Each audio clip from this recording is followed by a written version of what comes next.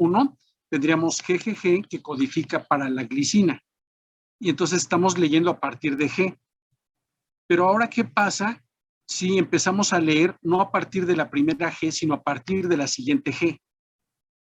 Entonces, GGA también codifica para la glicina. Pero ¿qué pasa con la siguiente?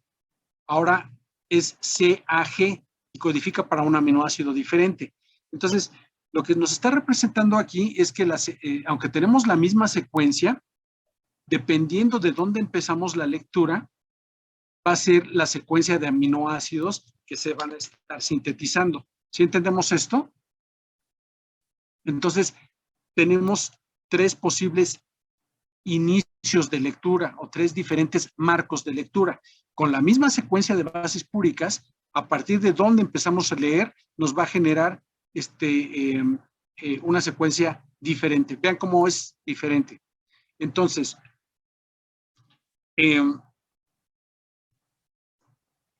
esto es particularmente importante para los segmentos de diversidad. Entonces, tenemos los genes que ya tienen una secuencia fija, digamos. Luego tenemos la secuencia D, pero cuando la secuencia D se inserta con la región variable, se inserta de manera un poco no tan precisa. Ahorita vamos a ver en otros esquemas cómo ya la unión entre estos 2 segmentos de DNA no es estricta, no es perfecta. Hay un poco de error ahí y ese error después es reparado, pero este error nos va a dar un diferente marco de lectura. Entonces, espero que en las próximas imágenes entendamos cómo ocurre esta posibilidad de leer de manera diferente la secuencia de la secuencia de bases púricas y pirimídicas en los fragmentos D. Pero si entienden este diferente marco de lectura, si entendemos que con la misma secuencia podemos tener aminoácidos diferentes dependiendo de dónde empezamos a leer. Y el ejemplo típico es si ustedes toman un texto y lo leen atendiendo a los espacios en el texto, van a entender bien el texto. Pero si ustedes empiezan a leer a partir de media palabra y no toman en cuenta los espacios y empiezan a leer así, el texto no lo van a entender de manera igual. ¿Alguien ha hecho ese ejercicio alguna vez? De tratar de leer un texto empezando a leer a partir de media palabra. No. No. Bueno, no, profe. Terminando la clase hagan ese ejercicio, escriban o tomen un texto y léanlo como siempre leen, pero ahora empiecen a leer sin tomar en cuenta los espacios y empiecen a leer a partir de la mitad de una palabra y léanlo como si de corrido y a ver qué entienden. Y con esto van a entender los diferentes marcos de lectura en el rearreglo de las inmunoglobulinas. En este momento que nos quede claro que con la misma secuencia de bases púricas y pirimídicas podemos tener una secuencia diferente de aminoácidos dependiendo dónde empezamos la lectura. ¿De acuerdo? La siguiente. Entonces, ok. Entonces aquí otra vez nos está dando, está haciendo el análisis combinatorio. Si ya sabemos cuántos elementos tenemos y qué número de cada uno de estos elementos tenemos, pues hacemos la multiplicación, como ustedes decíamos. Entonces, si tenemos 40B, 27D y 6J, lo multiplicamos y tenemos 5,520 posibles combinaciones. Pero el D se puede leer en tres marcos de lectura. Si se puede leer en 3 marcos de lectura, entonces, si tenemos 5,520 combinaciones, pero ahora la parte B la parte D o la región D la podemos leer en 3 marcos de lectura, pues tenemos que multiplicar por 3. Esto nos da ya 16,560 combinaciones. Luego vienen las cadenas pesadas, las cadenas ligeras kappa y lambda, que están constituidas por 29B y 5J, etcétera. Tenemos 145, 120, nos da 265 cadenas ligeras diferentes. Pero luego, cada una de estas cadenas ligeras puede combinarse con una cadena pesada. Y entonces multiplicamos 16,560 por 265 y nos da aproximadamente 4,5 millones de posibilidades. Pero entonces, aquí ya nos explicaron 4.5 millones de posibilidades. ¿Cuántas habíamos dicho que podemos tener?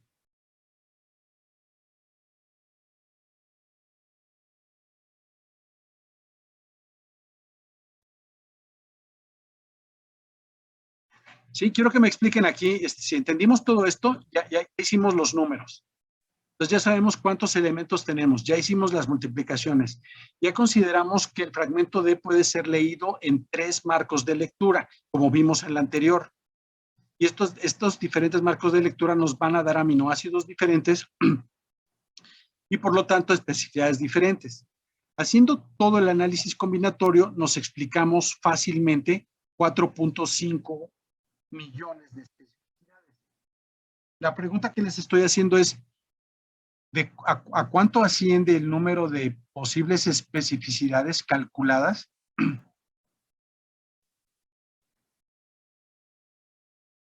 ¿Cuántas especificidades diferentes esperamos en las inmunoglobulinas? Lo vimos en una de las primeras diapositivas, espero que no se les haya olvidado ya. ¿Y esa la qué? 10 a la 10. 10 a la 10 o 11, ¿no? 10 a la 10. ¿Y cuánto es 5.5 millones en notación científica?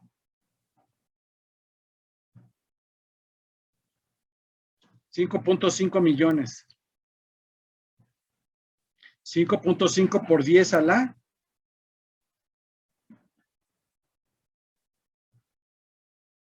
5.5 por 10 a la sería la 6, ¿no? 5.5 por 10 a la 6. ¿Nos falta mucho para llegar a 10 a la 10? Sí, todavía. Bueno, no mucho, pero sí. ¿No mucho? ¿O qué opinan los demás? ¿No es mucho? ¿De 10 a la 6 a 10 a la 10? Yo digo que sí es mucho. Son 4 logaritmos, ¿no? Yo también digo que sí es mucho. Ok, es mucho, son 4 logaritmos. Ok, entonces tenemos que buscar una explicación a esta diversidad que todavía nos falta. Y nos dice al final esta diapositiva que hay otros mecanismos que se adicionan a la diversidad, y una de estas es la unión entre los genes. Esta es la diversidad de unión. Y esto es lo que les estaba comentando hace rato, que cuando se unen, cada uno de estos genes B y D no es de una sola forma, no es perfecto, sino que hay un poco de error en esa unión. Y esa unión nos da diversidad adicional. En las siguientes vamos a entender esto. ¿La siguiente? La siguiente. Siguiente. Todo esto es la misma. Ok, aquí, a ver, la anterior, ahí. Ok, ahí están todas estas regiones, su secuencia señal, etcétera. La siguiente. Esto, vean cómo aquí están estas regiones anaranjadas. Bueno, ok, la siguiente. La siguiente. Ok, ahí está. Te fuiste muy rápido. Aquí está. Entonces aquí tendríamos el DNA de línea germinal. Y fíjense cómo dice germline, línea germinal. En la línea germinal está la secuencia del DNA con cada uno de estos genes, con el número de Jotas, B, etcétera. Entonces ocurre el primer rearreglo transcripcional. El primer rearreglo transcripcional, vean cómo se une uno de estos elementos, este azul, con el rojo, y ya nos quedan juntos. Ya que están juntos, se unen ahora con el que está en color rosita y nos queda todo junto. Entonces, esto ya es el RNA mensajero que ya ha ocurrido el proceso de recombinación. Entonces, comparen lo que está hasta arriba y lo que está hasta abajo. El de hasta abajo ya es lo que está codificando para la cadena polipeptídica que va a constituir la cadena ligera. ¿De acuerdo? Y arriba es el DNA de línea germinal. Entonces, esta diapositiva nos muestra cómo la unión entre el segmento rojo, el segmento azul y el segmento rosa ocurren de manera perfecta. Están de manera perfecta, no dejan espacio, son del mismo tamaño y aquí ocurrió de manera perfecta. ¿Ocurre así en la naturaleza? Es la pregunta. Cualquiera de ustedes conteste. ¿Así de perfecto ocurre en la naturaleza? ¿O esto es una representación esquemática que no necesariamente refleja lo que ocurre en la realidad? ¿Cualquiera de ustedes?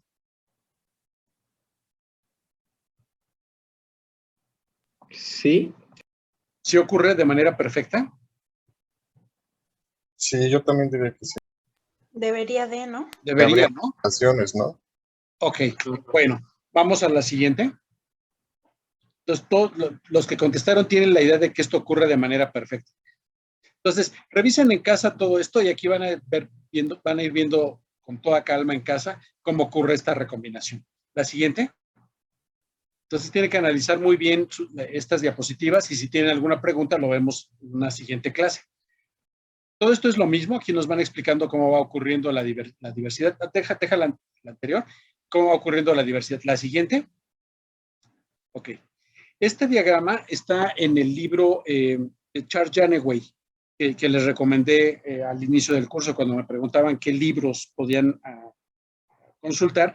Yo les sugerí el de Inmunobiología de Janeway y Inmunología de Memoria del doctor Oscar Rojas Espinosa, profesor de nuestro departamento.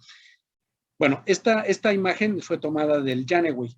Y entonces aquí nos están explicando cómo ocurren los diferentes elementos, cómo ocurre el rearreglo desde el DNA de línea germinal, desde el RNA mensajero hasta la proteína. Y para la cadena ligera en el lado izquierdo y para la cadena pesada en el lado derecho. Entonces ustedes ya están muy familiarizados con la estructura de las inmunoglobulinas. Ya ustedes claramente identifican los diferentes dominios, identifican la región de la bisagra, saben cómo se llama cada uno de estos dominios, saben cuál es la región constante, cuál es la región variable, cuál es la función biológica de las cadenas variables y de las cadenas, de la región variable y de la región constante, saben dónde se fija el complemento, etcétera. Conocen muy bien las inmunoglobulinas. Lo que estamos viendo ahora es cómo llegamos a la síntesis de esta proteína llamada anticuerpo a partir del DNA de línea germinal. Entonces vamos a analizar primero el de la cadena ligera, que es más sencillo. Dijimos que la cadena ligera está constituida por genes B, J y C. Aquí solamente está representado uno, pero ustedes ya saben que hay varios B, varios J, ¿de acuerdo? Entonces ocurre la recombinación somática y primero el D se une con el J. Bueno, esto es en el caso de la cadena pesada. El D se une con el J. Vean cómo se van uniendo ahora el B con el J. Vamos a analizar la cadena ligera, el B con el J. Ahora nos queda un espacio entre el J y el C, que está representado aquí por estas dos líneas, pero después se cortan y ahora nos quedan ya juntos B, J y C. Ya lo vieron, ¿no? Este B, J y C es el RNA mensajero que codifica ya para los aminoácidos. Y vean cómo quedan más o menos distribuidos espacialmente el B, la región variable, la región constante, y vean cómo la región J queda aquí en un fragmento, en una partecita de la región variable. ¿Ya lo vieron? Cómo llegamos desde DNA de línea germinal, pasando por los diferentes pasos de recombinación, el RNA mensajero, y la síntesis del polipéptido, de la cadena polipeptídica que constituye la cadena ligera. Y lo mismo ocurre con la cadena pesada, excepto que aquí tenemos un elemento adicional que es el D, entonces ocurre el DJ, luego el DJ con el B, y finalmente el BDJ con la cadena constante. Aquí la cadena constante está, cada uno de estos elementos es un dominio, cada uno de estos, si los quieres señalar por favor Fernanda, cada uno de estos cuadritos o estos elementos es un dominio. Y acuérdense que tiene tres dominios, ¿no? La cadena constante. Son tres dominios constantes que están expresados aquí abajo como tres dominios de color azul. El constante de la pesada 1, constante pesada 2, constante pesada 3. Y esta región aquí en este color como violeta es la región de la bisagra. Entonces vean, el DNA de línea germinal, el RNA mensajero, hasta la proteína, y ahora ya entendemos muy bien cómo está ensamblado el anticuerpo. Ahora junten ustedes mentalmente esta cadena pesada con la cadena ligera del otro, y entonces van a ver cómo la cadena, el dominio variable de la pesada con el dominio variable de la ligera, juntos, en combinación, constituyen el sitio activo que reconoce al epitopo. Señálalos aquí, Fernanda, en el anticuerpo de la derecha, dónde estaría el sitio de unión o el sitio activo que se une al epitopo. Es toda esa región, es la combinación de la cadena del fragmento, del dominio variable de la pesada y del dominio variable de la ligera. La siguiente. Todo esto nos lo bajamos, es lo mismo que estamos viendo en las anteriores. La siguiente. La siguiente, quiero que veamos ahora si esto es perfecto.